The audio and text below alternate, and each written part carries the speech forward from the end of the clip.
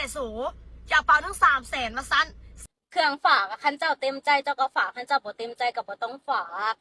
เอาแล้วทุกคนโซเชียลลาวกำลังเดือดเมื่อมีสองสาวสวยปะทะคารมกันคนที่หนึ่งก็คือแม่ค้าขายแก้วซึ่งเป็นสาวแขวงเสียงขวาง และคนที่สองก็คือสาวรถโดยสารซึ่งเป็นสาวแขวงสวรรณเขตได้ปะทะคารมกันอย่างดุเดือด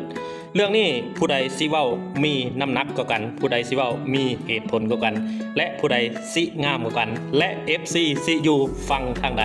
ให้ไปฟังกันเลยทุกคนแล้วจังมาสรุปให้ฟังอีกทีนึงไปฟังกันเลยพวกแล่นรถเมล์บ่รวยมื้อนี้ก็คือจะบ่มีมื้อรวยแล้วกูว่าแท้คือสิแม่นแล่นมื้อเดียวเฮ้ยรวยมื้อเดียวเป็นเศรษฐีพันล้านขี่รถปราโดเงิน10 ล้านบาทเดียวเลยที่บอกก็เข้าเจออยู่ว่ายุคเศรษฐกิจมันแพงน้ำมันแพงก็เอาสมมาพาควรตามสมเหตุสมผลเนาะ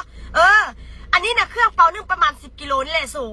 จะเอาเป่านึง300,000มาสั้น4 เป่าล้าน2สิฝากกับฝากกระยากูก็บ่ได้หลายเรื่องเนาะยกขึ้นรถกลับคืนจ้ะบ่ได้สิฝากยกขึ้นรถกลับคืนเอาไปฝากยนต์ถือกันเครื่องนึงยนต์ยันถือเป่าละ100,000โอ้แท้4 เป่า400,000ฝากยนต์ฝากรถเมล์มันสิเอาเป่าละ300,000รวมหมด4 เป่าพอดี1,200,000แล้วรวมถึงกันรถเด้อแล้วก็ซื้อรถเมล์มาแล่นเองซะอันพวกที่สิกลับเสียงขวางไปลิ้นปีใหม่ฮะนะหมู่คู่4-5 คนเก็บเงินกันแล้วซื้อน้ำมันรถไปเองซะเด้อเอารถคันนึงไปแล้วซื้อน้ำมันซะเดียวเอาไปยังถือก่อนมาเทะเผลอๆนะมันจะขึ้นค่าโดยสารผู้ละล้านผู้ใดทำเจอรถกดสอบเลยเด้อสมเจ้าเดี๋ยวลงกดสอบเลยเด้อโพดโพคลิปนี้ขอฝากให้สาวน้อยไทยเมืองแปลกซ่อม3ในเด้อจ้าเฮาบ่ได้สนิทกันบ่ต้องมาเว้าพวกรถเมล์เด้อ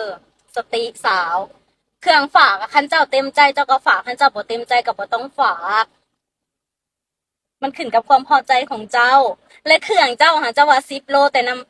ำหนัก10 โลแต่ขนาดเด้บางทีมันใหญ่กินพื้นที่หมู่เด้มันมีรถให้เจ้าฝากดีพอตายแล้วอีหาหยับตับมึงเรื่องราวมันก็คือเป็นดังที่ทุกคนเห็นนั่นแหละเนาะทุกคนก็คือ